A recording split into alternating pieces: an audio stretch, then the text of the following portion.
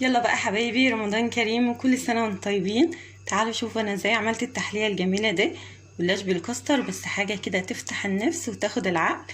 يا رب بقى الطريقة تعجبكم، بس ان شاء الله لو عجبتكم ما تنسونيش في لايك واشتراك، تعملي شير عشان الفيديو يوصل لاكبر عدد ممكن. ادخلي شوفي الفيديو بقى وقولي لي ايه رأيك. بسم الله الرحمن الرحيم، والصلاة والسلام على اشرف المرسلين. ازيكم يا حبايبي، عاملين ايه؟ كل سنة وانتم طيبين ورمضان كريم. النهارده باذن الله هنعمل مع بعض الجلاش بالكاستر، حاجه كده تاكليها في منتهى الجمال والروعه في ثواني، مش هتاخد منك وقت ولا مجهود ولا اي حاجه خالص. اول حاجه هنا هنقول بسم الله. انا حطيت عندي هنا كوبايه ونص من السكر، عليها كوبايه ونص من الميه، وحطيت لهم نص ليمونه، واحطهم على النار يغلوا حوالي 15 دقيقه بس. تمام، يبقى كوبايه ونص سكر عليها كوبايه ونص من الميه وعصره ليمونه، وده هنحطه على البوتاجاز. عشان بقى نعمل الحشوه بتاعه الكاستر، عندي هنا كوبايتين من الحليب، هحط لهم معلقتين 2 كبار من الكاستر يا جماعه كده بسم الله، بس يكونوا معلقتين هرميين كده بالمنظر ده بسم الله كده. تمام، وهحط لهم كمان، انا عندي هنا لون اصفر، ده لون طبيعي، لو انت حباه ماشي، مش حباه انت وراحتك، بس بيعزز لي اللون كده ويخلي اللون يكون ايه تمام معايا. ودلوقتي هنقلبهم كويس كده على البارد بسم الله، وبعدين ناخدهم ونروح على البوتاجاز من غير سكر يا جماعه. احنا هنكتفي بالشربات اللي في قلب بالسكر اللي في قلب الشربات. تمام، عشان انتوا عارفين الصيام وكده الاكله ما تبقاش ايه صعبه شويه وتجزع النفس وكده، بس اهم حاجه تقلبيهم كده كويس. تمام، طبعا لون الكاستر ما بيدينيش اللون الاصفر اللي انت شايفاه ده، فاللون اللي احنا بنحطه الغذائي ده بيعزز لي اللون شويه وبيديني شكل كده حلو. يلا بقى ناخد ده ونروح على البوتاجاز. الوقت اهو يا حبايبي على البوتاجاز كده بسم الله، تقليب بقى مستمر، ايدك ما بتقفش خالص عشان هي هتلف معاكي على طول، بس لازم تكوني بتقلبي كده. تمام اهو يا جماعه، ايدك على طول كده تقليب مستمر لغايه ما تربط معاكي. تمام، شايفين ما بتاخدش وقت خالص، لان اصلا اللبن بيكون مغلي قبل كده واحنا سايبينه بس برد. تمام اهو، اول ما تربط معايا كده وتعمل كام يعني تطلع فقاقيع كده، اطفي النار عليها على طول. يلا بقى نروح نجهز الصينيه بتاعتنا. بصوا بقى يا حبايبي، عندي هنا لفه الجلاش بتاعتي.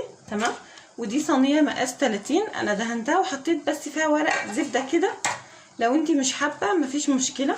وهاخد ورقه ورقه كده، بس دايما اول ورقتين بيكونوا لازقين في بعض، وهعملهم كده اهو يا جماعه بالنص كده اهو. تمام، وهبدا احطها كده اهو.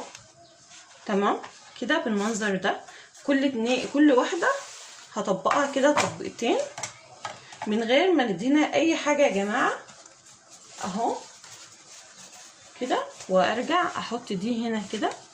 تمام كده بالمنظر ده لغايه ما توصلي لنص الورقه، لنص كميه الجلاش، وبعدين دي بردك كده. تمام اهو، وبعدين دي كده هتحطي واحده الناحيه دي وواحده الناحيه دي لغايه ما تخلصي كل الكميه، مش بنسقيها اي حاجه خالص. تمام اهو، 2 كده و2 كده. تمام، وشوفي بقى الورقه بتاعتك وصلت لما لفين.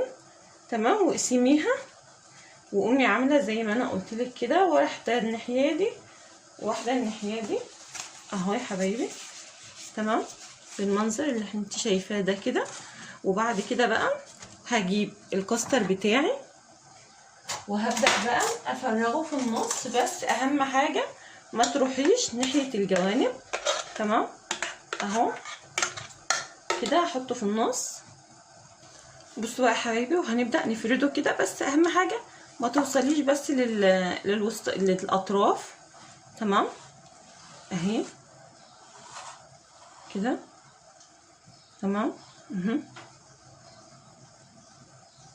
وبعد كده بقى ان شاء الله هنرجع بقى نلم دهون بس كده، هشبك دهون بس كده بالمنظر ده اهو كده يا جماعه، هشبك دهون بس، وبعدين هرجع اعيد نفس الموضوع تاني. اهو. بس المره دي بقى حاولي ان هي تكون متساويه شويه، يعني ما يكونش فيه اطراف كتير طالعه لبره. تمام كده. وهتلمي بقى اي اطراف زياده هتلميها، او لو انت حابه تعملي في صينيه اكبر من كده اعملي براحتك. تمام اهو. وبردك هلم كده كل الاطراف بتاعتي، ما تخافيش الشكل ده في الاخر هيتغطى وهيبقى تمام كده. تمام اهو يا حبايبي، لغايه ما نخلص كل الكميه بتاعتنا بالمنظر ده كده اهو. الوقت بقى اتبقى عندي 2 بس، اخر 2. تمام.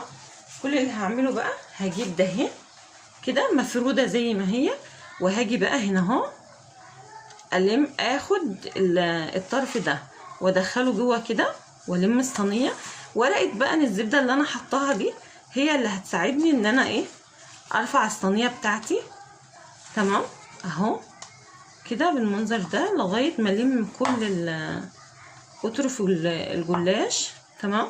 شايفه انا داريتها ازاي اهو، كلتها دارت معاكي وما عادتش باينه. وفي نفس الوقت ريحيها، يعني ما تخليهاش مشدوده قوي اهو يا جماعه كده. تمام لغايه ما اخلصها كلتها بالمنظر ده كده واساوي الصينيه حلو. وهعمل بردك الورقه الاخيره بنفس الطريقه، بردك هحطها وهلمها من تحت. بصوا بقى يا حبايبي، بعد ما خلصت هجيب سكينه بس يا ريت تكون حاميه وهبدا اقطعها كده يا جماعه. تمام.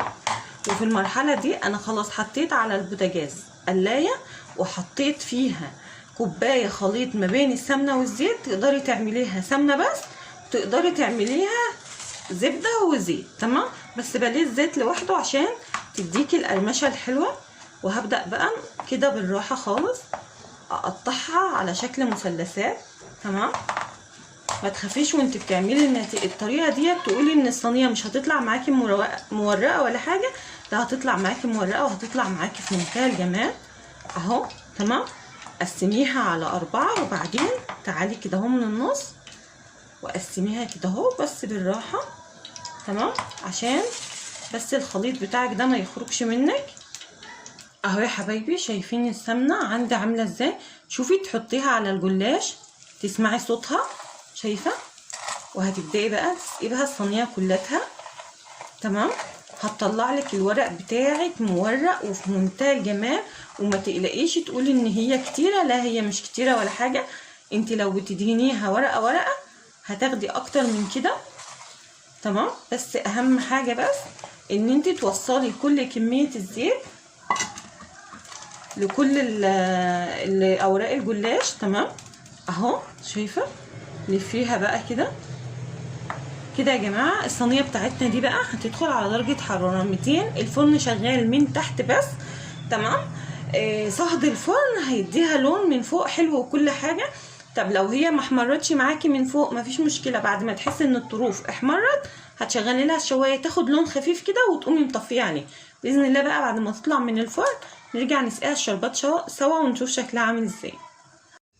وده بقى يا حبايبي شكل الجلاش بتاعنا بعد ما طلع من الفرن. شايفين يا جماعه شكله وشايفين التوريقه بتاعته؟ الجلاش عندي بيكون سخن والشربات بيكون ساقع.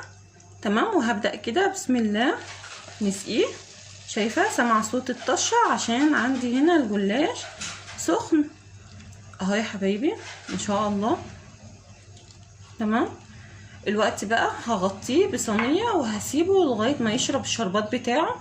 بس لو قدرتي توزعيه كده ما بين الجوانب وزعيه. تمام. هغطيه بقى شويه واسيبه لغايه ما يشرب الشربات تماما، وبعدين ارجع بقى اوريهولك في طبق التقديم. الوقت بقى يا حبايبي بعد الجلاش بتاعي ما برد وحطيته في طبق التقديم، عندي هنا بقى فول سوداني يا جماعه. ده انا عاملاه على ايديا زي الفستق الكذاب كده، بس فول سوداني وبنديله لون اخضر فبيطلع معانا باللون الجميل اللي انتوا شايفينه ده. ممكن انتي بقى تزيني اي حاجه زي ما انتي حابه، ده شيء يرجع لك انتي. تمام اهو يا جماعه كده، بس حاجه كده بسيطه تدي لون حلو وفي نفس الوقت يعني يكون منظرها حلو. وهحط بقى شويه كده في النص كده عشان نغطي اللون الاصفر اللي طلع ده. وعندي بس هنا واحده كريز. تمام. وده يبقى الطبق بتاعنا خلص. ويا رب النتيجه بقى تكون عجباكم وتنول رضاكم. كل سنه وانتم طيبين ورمضان كريم. بس باذن الله لو عجبتك الطريقه ما تنسنيش في لايك واشتراك، تعملي شير عشان الفيديو يوصل لاكبر عدد ممكن. شايفين يا جماعه ما شاء الله، شايفين جماله مبهر جدا ويشرفك باذن الله قدام ضيوفك. ورمضان كريم ومع الف سلامه.